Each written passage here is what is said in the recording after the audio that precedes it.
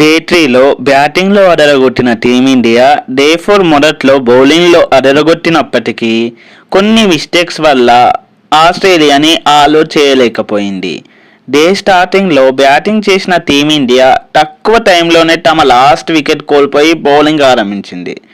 దీంతో team India first ఇన్నింగ్స్లో ఎక్స్పెన్సివ్గా bowling చేసిన డిఎస్పి సిరాజ్ ఈ ఇన్నింగ్స్లో మాత్రం మంచి బౌలింగ్ చేశారు.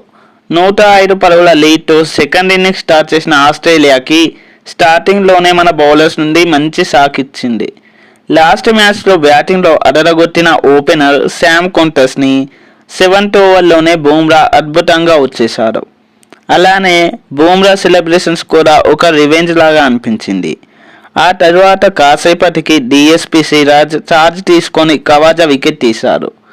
ఆ తర్వాత లబుసైన్ స్మిత్ మధ్య ఒక చిన్న పార్ట్నర్షిప్ అయితే బిల్డ్ అయింది. ఆ పార్ట్నర్షిప్ని స్మిత్ని అవుట్ చేసి డిఎస్పి సిరాజ్ మరోసారి అదరగొట్టారు. క్రీజ్లో ఉన్న లబుసైన్ డేంజరస్గా మారుతున్నారు. మరోవైపు డేంజరస్ ప్లేయర్ అయిన ట్రావిస్ హెడ్ క్రీజ్పై వచ్చారు.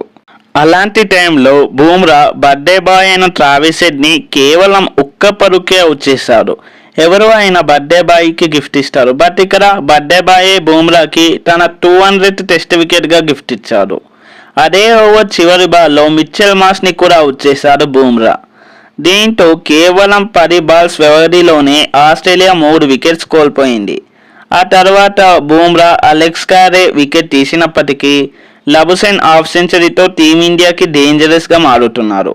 తనకు ఆసీస్ కెప్టెన్ అయిన ప్యాట్ కమిన్స్ తోడయ్యారు. ఇద్దరి పార్ట్నర్షిప్ డేంజరస్గా బిల్డ్ అవుతున్న టైంలో మరోసారి డిఎస్పి సిరాజ్ లబుసైన్ వికెట్ని అవుట్ చేశారు. ఆ తర్వాత మిచెల్ స్టార్క్ని రిషబ్ పంత్ రన్అట్ చేయగా ఆ తర్వాత కొన్ని ఓవర్స్లోనే కమిన్స్ కూడా అవుట్ అయ్యారు. దీంతో ఆస్ట్రేలియా 173 భారీ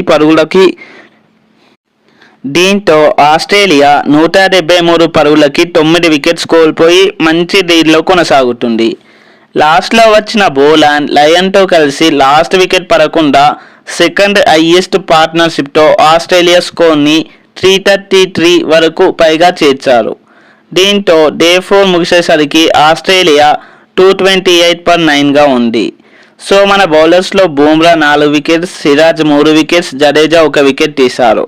సో డే 5లో టీమిండియా భారీ టార్గెట్ చేయగలుగుతుందా? మీ ఒపీనియన్ని కింద కామెంట్ చేయండి. మరిన్ని వీడియోస్ కోసం ఛానల్ని సబ్స్క్రైబ్ చేయండి. Thanks for watching. Jai Hind.